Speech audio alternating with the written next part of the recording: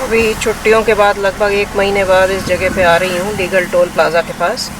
और ये देखिए ऑलरेडी काश फूल आना शुरू हो गया है। पिछली बार जब यहाँ पे आई थी मैं तो बिल्कुल सूखा पड़ा हुआ था। अब बारिश हुई है, बहुत अच्छी तो नहीं कह सकते लेकिन फिर भी जितनी भी बारिश हुई है थोड़ा बहुत पानी है यहाँ पे। अभी रिसेंटली मैंने एक शॉर्ट्स आप लोगों के साथ शेयर किया था जिसमें मध्य प्रदेश के पन्ना नेशनल पार्क के पास एक गांव में वल्चर्स की मौत की खबर आई थी। पहाड़ी खेड़ा शायद गांव का नाम था। पन्ना नेशनल पार्क से 3 किलोमीटर के दायरे के अंदर ही था। और वहां पे एक फार्म हाउस के बाहर, मतलब वहां पे जो फार्म हाउस के बाहर जो उनका जो वो बाउंड्री लगी हुई थी वहां पर एक जैकल की लाश पड़ी हुई थी। और उस जैकल की लाश को बताया जा रहा है कि वो हफ्ते या 10 दिन पुराना था। और उसको कुछ 8 गिद्धों ने खाया, जिसके अंदर 4 तो रेड हेडेड किंग वल्चर थे, 2 सिनेरस वल्चर थे जो साइज में सबसे बड़े होते हैं, आपने देखा ही है, मेरे वीडियोस में सुना है, और 2 इजिप्शियन वल्चर थे। तो ये 8 वल्चर्स ने उस बॉडी को खाया था और उसके बाद उनकी भी मौत हो गई थी। तो ये बताया जा रहा है कि क्योंकि वो बॉडी डिकम्पोज थी और हफ्ते 10 दिन पुरानी थी, उसको खाने की वजह से फूड पॉइजनिंग हो गई। हालांकि ये विश्वास करना थोड़ा मुश्किल है क्योंकि वल्चर्स के पेट में इतने स्ट्रॉन्ग एसिडिक एंजाइम्स होते हैं, वो सड़े गले मांस को खाने के लिए ही बने हैं, अडेप्टेड है इसी चीज के लिए। तो अब उनका जो विसरा है, मतलब उस जो वो जैकल था जो मरा हुआ था उसका विसरा भी लिया गया था। और जो गिद्ध मरे थे उनका भी विसरा फॉरेंसिक टेस्टिंग के लिए गया हुआ है। मुझे नहीं लगता कि इसका अभी तक कोई रिपोर्ट आया है, मैंने सर्च भी किया था लेकिन अभी कोई रिपोर्ट के बारे में कोई खबर नहीं है। तो एक कहीं पे मैंने किसी का कमेंट देखा था, शायद मेरे वीडियो पर ही कमेंट था, कि कैनाइन डिस्टेम्पर की वजह से मौत हुई थी। तो मुझे नहीं पता कि उनको ये इन्फॉर्मेशन कहाँ से मिली, ये सही है या नहीं। अगर कैनाइन डिस्टेम्पर इसकी वजह है, क्योंकि ये पॉसिबिलिटी है, बहुत रियल पॉसिबिलिटी है कि कैनाइन डिस्टेम्पर से शायद वो जैकल इन्फेक्टेड था, ऐसा हो सकता है। अगर उसकी वजह से गिद्धों की मौत हुई है फिर तो ये और भी ज्यादा शर्म की बात है। अभी इसी साल 2-3 महीने पहले की बात है, कान्हा में कुछ 5 टाइगर्स की मौत हुई थी, जिसमें एक टाइग्रेस थी और उसके 4 कब्स थे। कैनाइन डिस्टेम्पर से मौत हुई थी सबकी। और मोस्ट लाइकली जो पानी का सोर्स था वो इन्फेक्टेड था। पानी के सोर्स में जो गांव के कैटल होते हैं वो भी पानी पीने आते हैं, कैटल को भी कैनाइन डिस्टेम्पर हो सकता है। जो बफर एरिया में कुत्ते हैं, सियार हैं, ये सब है, ये भी उसी जगह में पानी पीने आते हैं, इनको भी कैनाइन डिस्टेम्पर हो सकता है। और साथ ही जो कार्निवोरस है, जैसे कि कुत्ते भी मांस खा लेते हैं, सियार वगैरह भी मांस खा लेते हैं, तो अगर इनमें किसी में कैनाइन डिस्टेम्पर है और वो शेर का या मतलब टाइगर का या लेपर्ड का मारा हुआ शिकार जिस समय वो आसपास नहीं है उस समय अगर ये छोटे जानवर आके उस शिकार में से मांस खा लेते हैं, तो वहां पे अपने सलाइवा के जरिए वहां पे वो वायरस को छोड़ जाते हैं। और दोबारा जब टाइगर या लेपर्ड वहां पे आएगा और उस इन्फेक्टेड फ्लैश को खाएगा तो वो भी इन्फेक्ट हो जाएगा। तो उस समय मैंने बताया था कि कई तरीके हैं जो कि हर साल फॉरेस्ट डिपार्टमेंट को करना होता है, कई काम करने होते हैं। क्योंकि वाइल्ड एनिमल्स को तो आप ना तो वैक्सीनेट कर सकते हैं, ना ही उनको आप ये बता सकते हैं कि यहाँ से नहीं, यहाँ से पानी पीना है, यहाँ पे शिकार नहीं छोड़ना है, वहां पे छोड़ना है, ये तो आप नहीं कर सकते। लेकिन जो आसपास के जो गांव है वहां पर जो मवेशी है, वहां पे जो कुत्ते हैं, जो इस तरह के जानवर हैं जिनकी वजह से बीमारी फैलती है, आप वहां पे जाके उनको वैक्सीनेशन आप उनका करवा सकते हैं। उनमें आप किसी में चेक कर सकते हैं कि भाई इनमें कहीं पे कोई बीमारी के साइंस तो नहीं है। और दूसरा, आप जो पानी के जो सोर्सेज हैं उनको आप रेगुलरली खाली करवा के साफ करवा सकते हैं, जिससे कि अगर तो ये पानी के सोर्सेज में कहीं से वायरस आ रहा है तो वो जंगली जानवरों में ना फैले। तो अगर ये कैनाइन डिस्टेम्पर की वजह से वाकई में वल्चर्स की मौत हुई है, ये बहुत ही दुर्भाग्यपूर्ण खबर है। और फॉरेस्ट डिपार्टमेंट को सीरियसली ये देखना पड़ेगा। मध्य प्रदेश में टाइगर्स की भी बहुत मौत हुई है इस बार पोचिंग की वजह से, और भी बहुत सारे रीजन से। तो बहुत सीरियसली फॉरेस्ट डिपार्टमेंट को देखना पड़ेगा कि उनके मैनेजमेंट में कहाँ पे खामी है, क्योंकि इतने सारे इंसिडेंट अगर हो रहे हैं इसका मतलब कि आपको अपना मैनेजमेंट का तरीका कुछ तो चेंज करना ही है। ये वुली नेक स्टॉक का नेस्ट है, ऐसा लग तो रहा है कि इसके अंदर कोई बैठा है। हाँ, नहीं बैठा तो है वहाँ पे, लेकिन शायद वो कोई छोटी चिड़िया है, मैना वगैरह कुछ है, जो उस पे टावर पे बैठी है।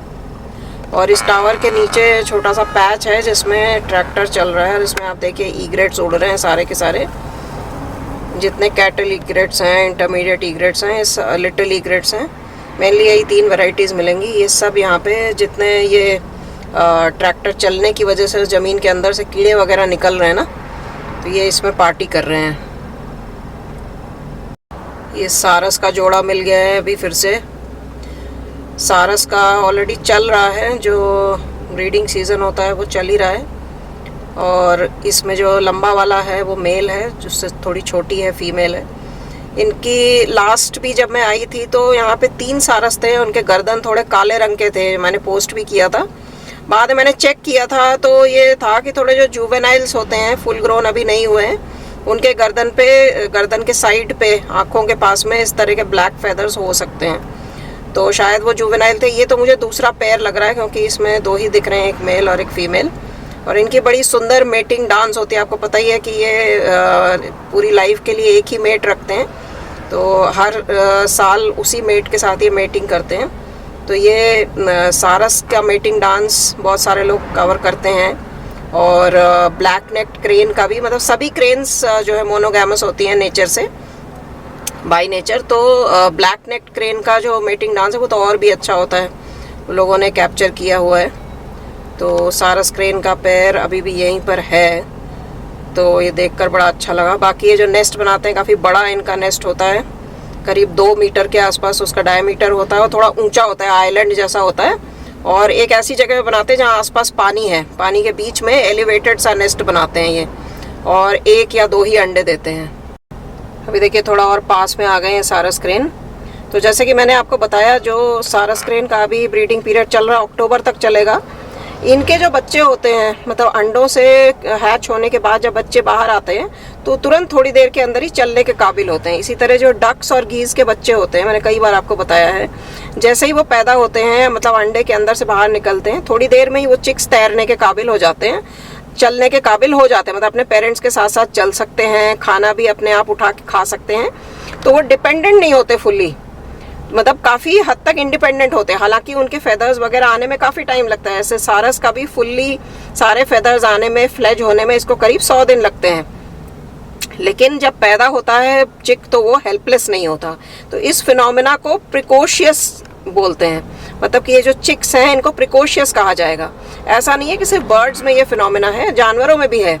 जैसे आप देखिए डियर के बच्चे हैं, जिराफ के बच्चे हैं, विल्डबीस्ट के बच्चे हैं, जेब्रा के बच्चे हैं, जितने ये हर्ड्स होते हैं जो कि ग्रेज करते हैं, एक जगह से दूसरी जगह जाते हैं और ग्रेजिंग पर ही इनका जीवन निर्भर है। अगर ये एक जगह पे रुक जाएंगे तो प्रेडेटर्स इनको मार डालेंगे। तो इनके बच्चे जब पैदा होते हैं उनके लिए बड़ा ज़रूरी होता है कि वो तुरंत चलना सीखें। तो आपने देखा होगा कई बार कि डियर का बच्चा अगर अभी पैदा हुआ है और वो चल नहीं पा रहा है, तो उसकी जो मदर है वो उसको बार बार चाटती है, उसको बार बार इनकरेज करती है कि वो उठ के खड़ा हो और चलना शुरू करे। और ऐसे में क्या होता है कि अगर वो बच्चा किसी भी तरह से इंजर्ड पैदा हुआ है तो उसके साथ वालों को, उसके हर्ड के मेंबर्स को पहले से मालूम होता है कि ये सरवाइव नहीं करेगा। इसी तरह हाथी का बच्चा भी जब वो काफ़ी छोटा होता है उसको इनकरेज किया जाता है कि वो तुरंत चलना शुरू कर दे, क्योंकि हर्ड लगातार माइग्रेट करता रहता है। तो अगर बच्चा और उसकी माँ पीछे रह गए तो वो नहीं बच पाएंगे ज़्यादा समय तक प्रेडेटर्स से। प्रेडेटर्स को खबर लग जाती है कि हर्ड में बच्चे हो रहे हैं, तो वो उसका पीछा करते हैं, क्योंकि वो इसी ताक में रहते हैं कि कब वो बच्चे बाहर आएँ और वो उनको खा लें। तो ये वाले जो यंग हैं, या मतलब बच्चे हैं, इनको प्रिकॉशियस कहा जाता है। लेकिन जो ट्री बर्ड्स हैं, मतलब जो जंगल में पेड़ पे जो चिड़िया घोंसला बनाती हैं और बच्चे देती हैं, उनको आपने देखा होगा कि वो उनके बच्चे टोटली हेल्पलेस होते हैं जब वो पैदा होते हैं। उनके फेदर्स भी नहीं होते, बिल्कुल मतलब ऐसा लगता है जैसे कि बहुत ही हेल्पलेस होते हैं। ना तो वो खुद खाना खा सकते हैं, ना उड़ सकते, कुछ भी नहीं कर सकते। तो उनको कहा जाता है एल्ट्रीशियल। इसी तरह आप टाइगर के कब्स को देख लीजिए, लेपर्ड के कब्स को देख लीजिए, जब वो पैदा होते हैं तो उनकी आंखें बंद होती हैं और टोटली हेल्पलेस होते हैं। उनको एक चिड़िया भी उठा के ले जा सकती है, बड़े साइज की जो चिड़िया होती है, कोई ईगल है या कोई रैप्टर है, तो वो टाइगर या लेपर्ड के बच्चों को भी उठा के ले जा सकती है, और ले जाते भी हैं। सांप भी उनको मार सकता है। तो इसलिए ये जो बच्चे हैं इनको एल्ट्रीशियल कहा जाएगा। तो प्रिकॉशियस और एल्ट्रीशियल, ये 2 तरह के एनिमल किंगडम में बच्चे होते हैं। प्रिकॉशियस वो हैं जो पैदा होते ही चलने के काबिल होते हैं, अपने पेरेंट्स के साथ साथ कदम से कदम मिला के चल सकते हैं। खुद खाना खाने की भी एबिलिटी होती है, जबकि एल्ट्रीशियल वो होते हैं जो पूरी तरह से अपने माता पिता पे डिपेंडेंट होते हैं और कुछ भी करने के काबिल नहीं होते हैं। दोस्तों यहाँ पर तार पे देखिए बहुत सारी वीवर बर्ड्स बैठी हुई हैं। ये ब्लैक ब्रेस्टेड वीवर हैं सारी की सारी, जहाँ तक मुझे लगता है। एक के सर पे पीले रंग का जो कैप है ये मेल है, इसके छाती पे ब्लैकिश मार्किंग्स हैं, और ये दूसरे जो हैं वो फीमेल हैं। और इस तरफ भी कई सारे बैठे हुए हैं, ये देखिए। पहले भी एक वीडियो मैंने रिकॉर्ड किया था जिसमें ब्लैक ब्रेस्टेड वीवर की पूरी नेस्टिंग भी मैंने दिखाई थी और बया वीवर की भी दिखाई थी, दोनों में डिफरेंस भी बताया था। और ये जो नीचे जो घास है ना, ये इसी घास के पतले पतले धागे काट के और अपना नेस्ट बनाते हैं। और वीवर बर्ड आपको पता ही है कि नेस्ट बनाने के मामले में सबसे ज़्यादा काबिल कारीगर है, नेचर के बिल्कुल टॉप क्लास आर्टिस्ट में से एक है। तो ये मॉनसून सीज़न वैसे भी वीवर बर्ड्स को ऑब्ज़र्व करने के लिए बहुत अच्छा सीज़न माना जाता है। इसी टाइम पे इनकी नेस्टिंग हो रही होती है। इसमें भी देखिए एक मेल है जो सेंटर में बैठा हुआ है।